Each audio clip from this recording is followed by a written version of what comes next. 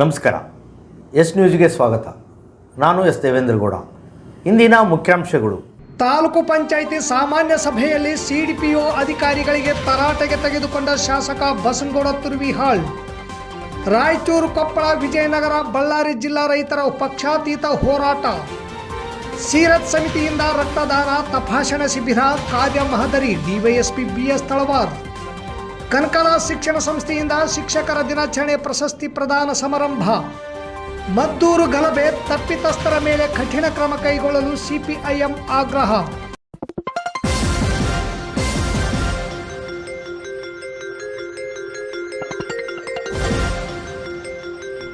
S news, ಇದು ನಿಮ್ಮ ಧ್ವನಿ. ವಾರ್ತೆಗಳ ವಿವರ. ನಗರದ ತಾಲೂಕು ಪಂಚಾಯತ್ ಆವರಣದಲ್ಲಿ ಜಿಲ್ಲಾ ಪಂಚಾಯತ್ ಉಪ ಕಾರ್ಯದರ್ಶಿ ಹಾಲ್ಸಿದ್ದಪ್ಪ ಪೂಜಾರಿ ಅಧ್ಯಕ್ಷತೆಯಲ್ಲಿ ಹಾಗೂ ಮಸ್ಕಿ ಕ್ಷೇತ್ರದ ಶಾಸಕರಾದ ಆರ್ ಬಸನಗೌಡ ತುರ್ವಿಹಾಳ್ ಅವರ ನೇತೃತ್ವದಲ್ಲಿ ಸಾಮಾನ್ಯ ಸಭೆ ನಡೆಯಿತು. ಈ ಸಭೆಯಲ್ಲಿ ವಿವಿಧ ಅಭಿವೃದ್ಧಿ ಕಾಮಗಾರಿಗಳ ಪ್ರಗತಿ ಪರಿಶೀಲನೆ ಬಗ್ಗೆ ಅಧಿಕಾರಿಗಳಿಂದ ಶಾಸಕರು ಮಾಹಿತಿ ಪಡೆದರು.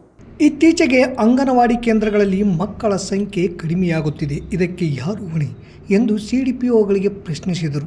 ಇದಕ್ಕೆ ಉತ್ತರಿಸಲು ತಡಬಡಾಯಿಸಿದ ಅಧಿಕಾರಿಗಳನ್ನು ತೀವ್ರ ತರಾಟೆಗೆ ತೆಗೆದುಕೊಂಡು ಅಂಗನವಾಡಿ ಕೇಂದ್ರಗಳಿಗೆ ಭೇಟಿ ನೀಡಿ ಪರಿಸ್ಥಿತಿಯ ಬಗ್ಗೆ ಅವಲೋಕಿಸಿ ಅಲ್ಲಿರುವ ಸಮಸ್ಯೆಗಳಿಗೆ ಪರಿಹಾರ ಕಂಡುಕೊಳ್ಳಿ. ಅಧಿಕಾರಿಗಳು ಯಾಕೆ ಜಾಗೃತಿ ಮೂಡಿಸುತ್ತಿಲ್ಲ? ಕಚೇರಿಯಲ್ಲಿ ಕುಳಿತು ಕಾಲ ಕಳೆಯಬೇಡಿ. ಅಂಗನವಾಡಿ ಕೇಂದ್ರಗಳಿಗೆ ಭೇಟಿ ನೀಡಿ ಅಲ್ಲಿರುವ ವಾಸ್ತವ ಸ್ಥಿತಿಯ ಬಗ್ಗೆ ಗಮನ ಹರಿಸಬೇಕು. ಜಿಲ್ಲಾ ಪಂಚಾಯಿತಿಯಿಂದ ನಡೆಯುವ ಅನೇಕ ರಸ್ತೆ ಕಾಮಗಾರಿಗಳು ಕಳಪೆಯಾದ ಬಗ್ಗೆ ದೂರುಗಳು ಬರುತ್ತಿವೆ. ಕೂಡಲೇ ಕಾಮಗಾರಿಗಳು ನಡೆಯುವ ಸ್ಥಳಗಳಿಗೆ ಭೇಟಿ ಮಾಡಿ ವರದಿ ನೀಡಿ. ಜೊತೆಗೆ ನೀರಾವರಿ ಇಲಾಖೆಯ ವ್ಯಾಪ್ತಿಯ ಉಪಕಾಲುವೆಗಳು ಹದಗೆಟ್ಟು ಹೋಗಿವೆ. ಸಂಚರಿಸಲು ರೈತರು ಹರಸಾಹಸ ಪಡುತ್ತಿದ್ದಾರೆ. ಕೂಡಲೇ ಅನುದಾನ ಕಲ್ಪಿಸಲು ಸರ್ಕಾರಕ್ಕೆ ಪ್ರಸ್ತಾವನೆ ಸಲ್ಲಿಸಲು ಸೂಚಿಸಿದರು. ಅರಣ್ಯ ಇಲಾಖೆಯ ಸಾಮಾಜಿಕ ವಲಯದಿಂದ ರಸ್ತೆ ವ್ಯಾಪ್ತಿಯಲ್ಲಿ ಸಸಿ ನೆಡುತ್ತಿದ್ದೀರಿ. ನಿರ್ದಿಷ್ಟ ಜಾಗವನ್ನು ಗುರುತಿಸಿ ಸಸಿ ನೆಡಬೇಕು. ಅದನ್ನು ಬಿಟ್ಟು ರಸ್ತೆಯ ಪಕ್ಕದಲ್ಲಿಯೇ ಸಸಿ ನೆಡುತ್ತಿದ್ದು ಪಾಲನೆ ಪೋಷಣೆ ಸಮಸ್ಯೆಯಾಗುತ್ತದೆ. ಕೂಡಲೇ ಈ ಪ್ರವೃತ್ತಿಯನ್ನು ಬಿಟ್ಟು ಸೂಕ್ತ ಜಾಗದಲ್ಲಿ ಸಸಿ ನೆಟ್ಟು ಅರಣ್ಯ ಬೆಳೆಸಿ ಎಂದು ಶಾಸಕರು ಅಧಿಕಾರಿಗಳಿಗೆ ಸೂಚಿಸಿದರು. ನಂತರ ಜಿಲ್ಲಾ ಪಂಚಾಯತ್ ಉಪ ಕಾರ್ಯದರ್ಶಿ ಹಾಲ್ಸಿದ್ದಪ್ಪ ಪೂಜಾರಿ ಮಾತನಾಡಿ, ತಾಲೂಕು ಪಂಚಾಯತ್ ಆಡಳಿತಾಧಿಕಾರಿ ಮಕ್ಕಳ ಆರೋಗ್ಯ ಬಗ್ಗೆ ಕಾಳಜಿ ವಹಿಸಿ ನಗರ ಸೇರಿದಂತೆ ತಾಲೂಕಿನಾದ್ಯಂತ ಮಕ್ಕಳು ಜ್ವರ, ನೆಗಡಿ, ಕೆಮ್ಮು ಕಾಯಿಲೆಯಿಂದ ಬಳಲುತ್ತಿದ್ದಾರೆ. ಆರೋಗ್ಯ ಇಲಾಖೆಯು ಮುಂಜಾಗ್ರತೆ ಕ್ರಮ ಕೈಗೊಂಡು ಮಕ್ಕಳ ಆರೋಗ್ಯದ ಬಗ್ಗೆ ಕಾಳಜಿ ವಹಿಸಬೇಕೆಂದು ಆರೋಗ್ಯ ಇಲಾಖೆಯ ಅಧಿಕಾರಿಗಳಿಗೆ ಸೂಚಿಸಿದರು. ಈ ಸಂದರ್ಭದಲ್ಲಿ ತಾಲೂಕು ಪಂಚಾಯತ್ ಕಾರ್ಯನಿರ್ವಾಹಕ ಚಂದ್ರಶೇಖರ್ ಸೇರಿದಂತೆ ವಿವಿಧ ಇಲಾಖೆಯ ಅಧಿಕಾರಿಗಳು ಇದ್ದರು.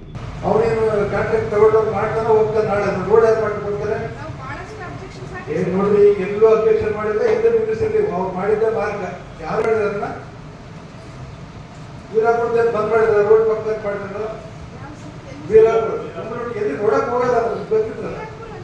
ಹೌದು, ಕೆನಲ್ ಪಕ್ಕದಲ್ಲಿ ರೋಡ್ ಪಕ್ಕದಲ್ಲೇ ಮಾಡಿದ್ರು ಅವರು. ನೋಡಮ್ಮ, ಎಲ್ಲ ಕಡೆಯಲ್ಲೂ ರೋಡ್ ಪಕ್ಕದಲ್ಲಿ ಮಾಡ್ತಾ ಇದ್ದಾರೆ.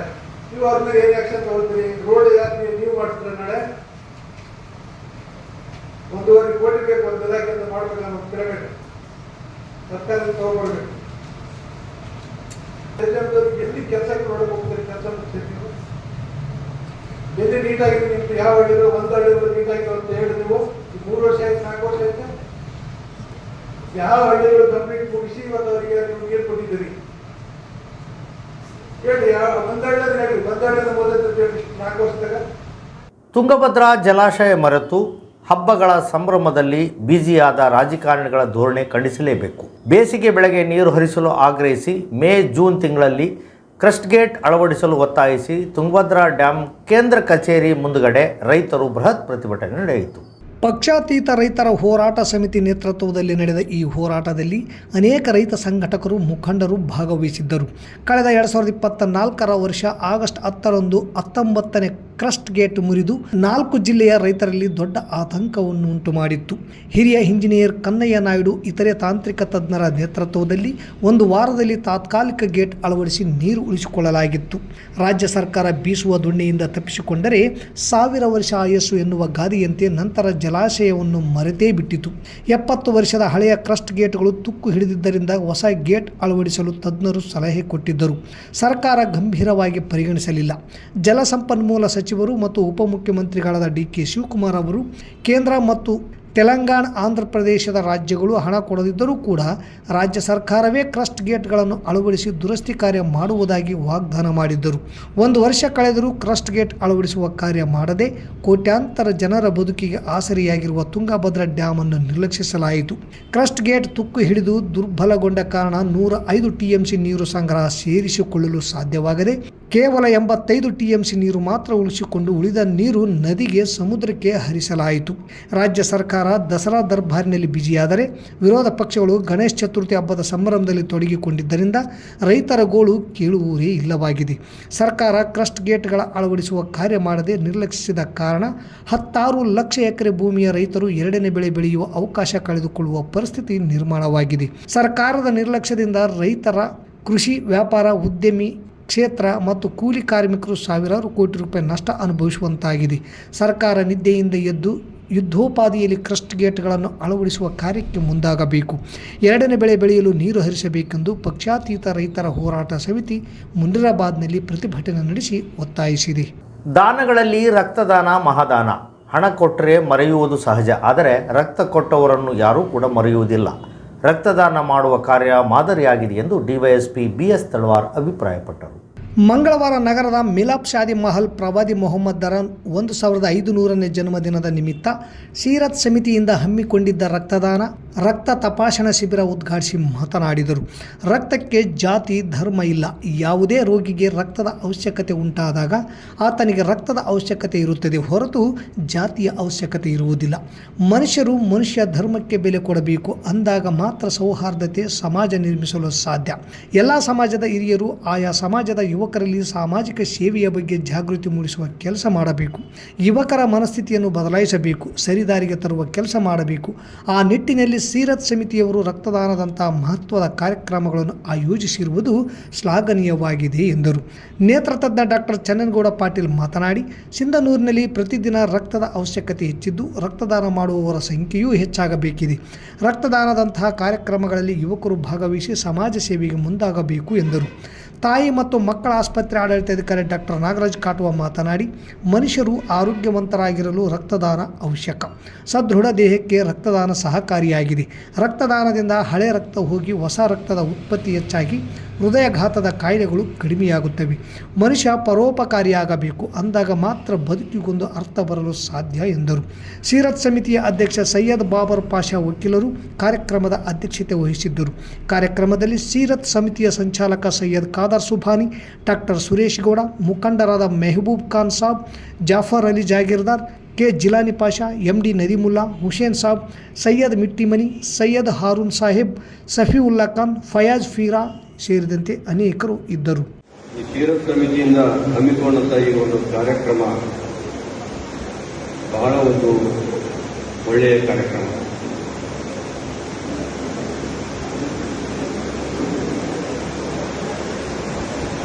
ಈ ರಕ್ತದಾನ ಏನಿದೆ, ಸಾಕಷ್ಟು ದಾನಗಳಿದ್ದಾವೆ. ದಾನಗಳಲ್ಲಿ ಮಹಾದಾನ ಅಂದರೆ ರಕ್ತದಾನ.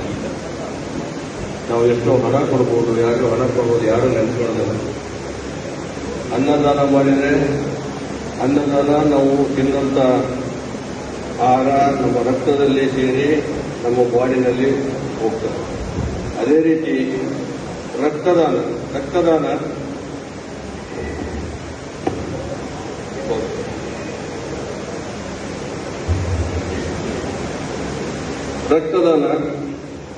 ಒಬ್ಬ ಮನುಷ್ಯನ ಜೀವನವನ್ನು ಉಳಿಸುತ್ತದೆ.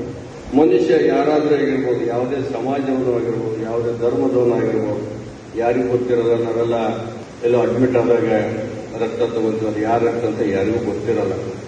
ಸುಮ್ಮನೆ ನಾವು ಹೊಡೆದಾಡ್ತೀವಿ, ನಾವು ಆ ಜಾತಿ ಈ ಜಾತಿ, ಆ ಧರ್ಮ ಈ ಧರ್ಮ ಅಂತ ಹೇಳಿ. ಇರೋದು ಒಂದೇ ಧರ್ಮ, ಮನುಷ್ಯ ಧರ್ಮ.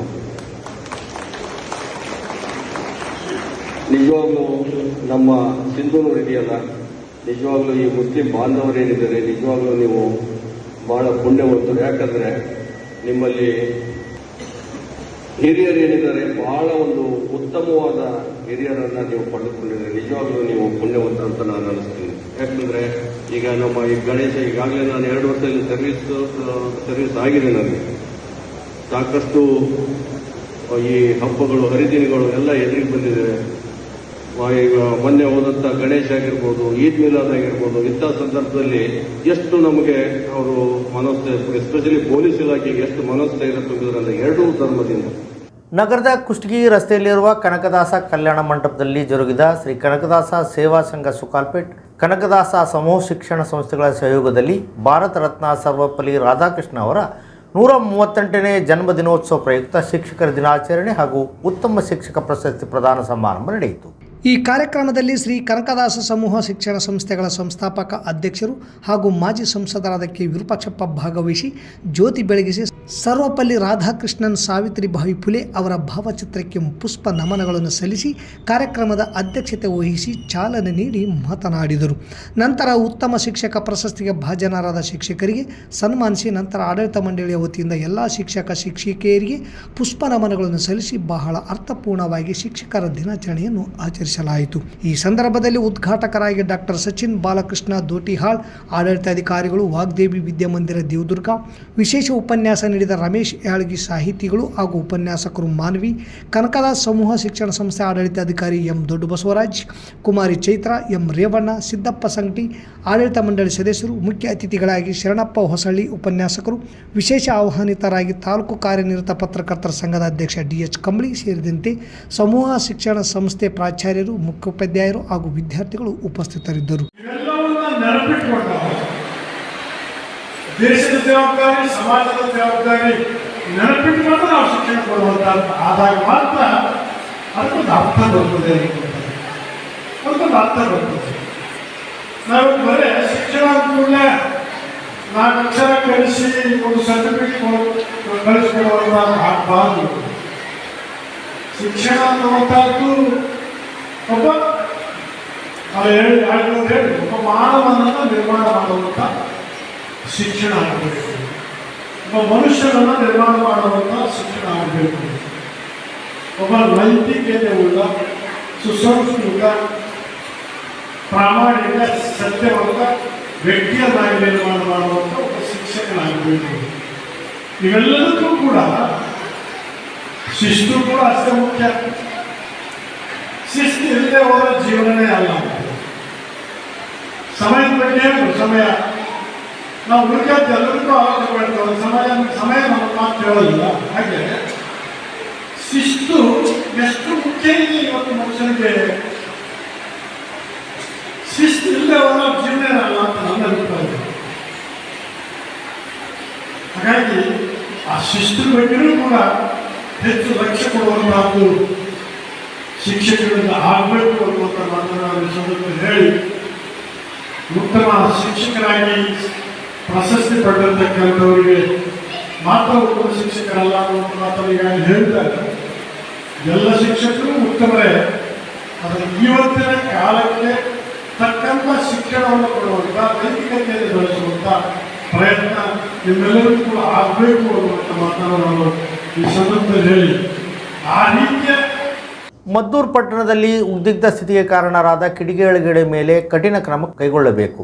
ಗಣೇಶನ ಮೆರವಣಿಗೆ ಮೇಲೆ ಕಲ್ಲು ತೂರಾಟ ನಡೆಸಲು ಪಿತೂರು ನಡೆಸಿದವರನ್ನು ಕಂಡುಹಿಡಿದು ಶಿಕ್ಷಿಸಬೇಕೆಂದು ಜಿಲ್ಲಾಡಳಿತ ಮತ್ತು ರಾಜ್ಯ ಸರ್ಕಾರವನ್ನು ಭಾರತ ಕಮ್ಯುನಿಸ್ಟ್ ಪಕ್ಷ ಮಾರ್ಕ್ಸ್ವಾದಿ ಸಿಪಿಐಎಂ ರಾಜ್ಯ ಸಮಿತಿ ಒತ್ತಾಯಿಸಿದೆ.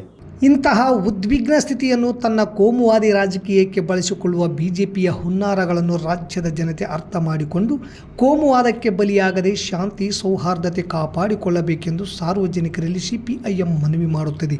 ಮದ್ದೂರು ಪಟ್ಟಣದಲ್ಲಿ ಗಣೇಶ ವಿಸರ್ಜನಾ ಮೆರವಣಿಗೆಯ ಮೇಲೆ ಕಲ್ಲು ತೂರಿದ ಘಟನೆಯಿಂದ ಉಂಟಾಗಿರುವ ಉದ್ವಿಗ್ನತೆ ಸೌಹಾರ್ದತೆಗೆ ಧಕ್ಕೆ ಉಂಟು ಮಾಡಿದೆ. ಉದ್ವಿಗ್ನತೆಯನ್ನು ಶಮನ ಮಾಡಿ ಸೌಹಾರ್ದ ಮೂಡಿಸಲು ಮತ್ತು ಸೌಹಾರ್ದ ಕೆಡಿಸಿ ತಮ್ಮ ರಾಜಕೀಯ ಬೇಳೆ ಬೇಯಿಸಿಕೊಳ್ಳುವ ಶಕ್ತಿಗಳ ಮೇಲೆ ಸರ್ಕಾರ ಕಠಿಣ ಕ್ರಮಗಳನ್ನು ಕೈಗೊಳ್ಳಬೇಕೆಂದು ಸಿಪಿಐಎಂ ಒತ್ತಾಯಿಸುತ್ತದೆ. ಇಡೀ ಜಿಲ್ಲೆಯಲ್ಲಿ ಈ ಬಾರಿ ಯಾವುದೇ ಗಲಭೆಯಾಗದಂತೆ ಕ್ರಮ ವಹಿಸಿದ ಪೊಲೀಸ್ ಇಲಾಖೆ ಮತ್ತು ಜಿಲ್ಲಾಡಳಿತ ಮದ್ದೂರಿನಲ್ಲಿ ನಿರ್ಲಕ್ಷ್ಯ ತೋರಿದಂತೆ ಕಾಣುತ್ತಿದೆ.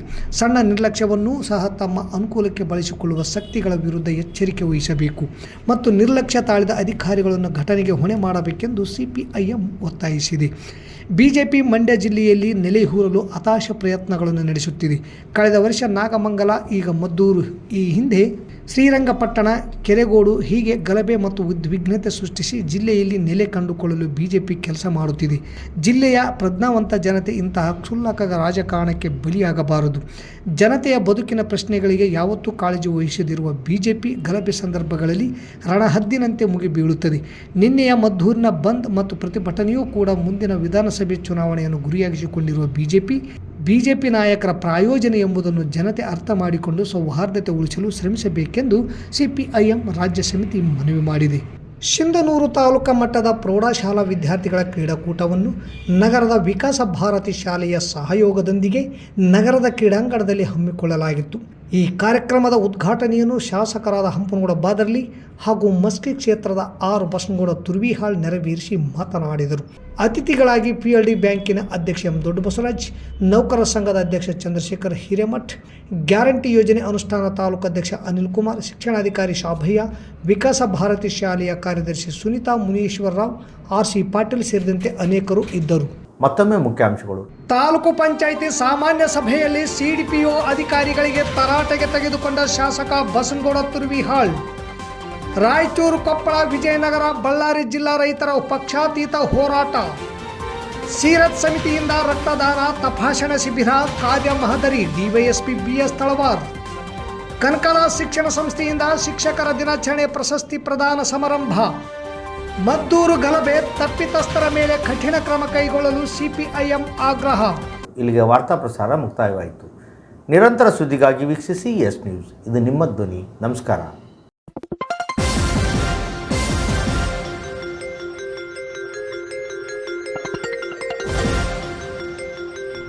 ಎಸ್ ನ್ಯೂಸ್, ಇದು ನಿಮ್ಮ ಧ್ವನಿ.